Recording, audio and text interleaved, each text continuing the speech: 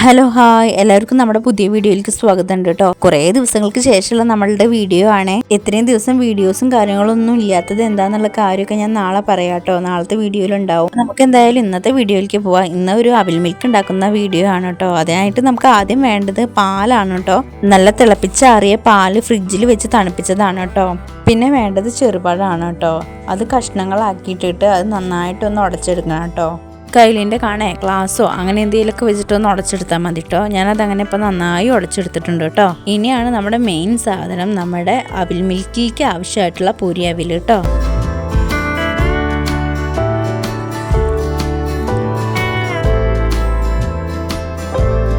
അത് നമുക്കൊരു ചട്ടിയിലേക്ക് ആക്കിയിട്ട് വറുത്തെടുക്കാം കേട്ടോ. നെയ്യൊക്കെ ഉണ്ടെങ്കിൽ വറുക്കുന്ന നേരെ നെയ്യ് ഒഴിച്ചിട്ട് വറുക്കുക കേട്ടോ. എൻ്റെ കയ്യിൽ നെയ്യൊന്നും ഉണ്ടായിരുന്നില്ല, അപ്പം ഞാൻ വെറുതെ അതൊന്ന് നന്നായി വറുത്തെടുക്കുകയാണ് കേട്ടോ ചെയ്യണത്. അതെനിക്ക് നല്ല രീതിയിൽ വറുത്ത് കിട്ടിയിട്ടുണ്ട് കേട്ടോ. നമ്മളിങ്ങനെ കയ്യിലിട്ട് ഇങ്ങനെ ഒന്ന് തിരുമുമ്പോൾ അതാ ഇതുപോലെ പൊടിഞ്ഞ് വരണം കേട്ടോ. അപ്പോഴാണ് നമുക്കത് നല്ലപോലെ വറവായി എന്നറിയാം കേട്ടോ. നമുക്കിനി മിക്സിങ് തുടങ്ങാം കേട്ടോ. അതിന് മുന്നേ ആ പഴം ഉടച്ച് വെച്ചതിൽ നമുക്ക് നമ്മുടെ പാൽ ഒഴിക്കണം കേട്ടോ. പാലും പഞ്ചസാരയും ഒഴിക്കണേ.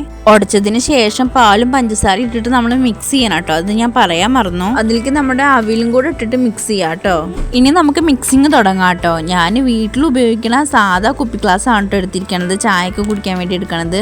ആദ്യം നമുക്ക് അവിലും അതുപോലെ തന്നെ പാലും കൂടി മിക്സ് ചെയ്തത് ഇട്ട് കൊടുക്കാം കേട്ടോ. അതിൻ്റെ മേലേക്ക് കുറച്ച് ബൂസ്റ്റിൻ്റെ പൊടി ഇട്ട് കൊടുക്കുക. പിന്നെ നമുക്ക് നെൽക്കടല ഇട്ട് കൊടുക്കാം കേട്ടോ.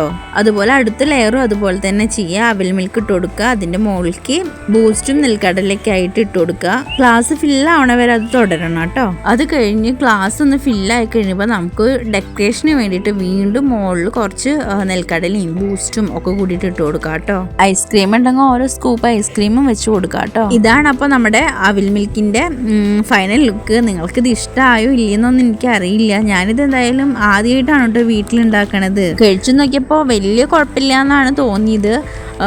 പിന്നെ ഇതിനൊക്കെ കുറച്ചും കൂടി ബെറ്റർ ആക്കാമെന്ന് തോന്നി കേട്ടോ. ഞാനിപ്പോൾ ഇത് എൻ്റെതായ ഒരു രീതിയിലാണ് കേട്ടോ ഉണ്ടാക്കിയത്. ഇത് പെർഫെക്റ്റ് ആണെന്നൊന്നും ഞാൻ അവകാശപ്പെടണില്ല. എനിക്കറിയാവുന്ന ഒരു രീതിയിൽ ഞാൻ എൻ്റെ വീട്ടിലൊന്ന് ട്രൈ ചെയ്തതാണ് കേട്ടോ.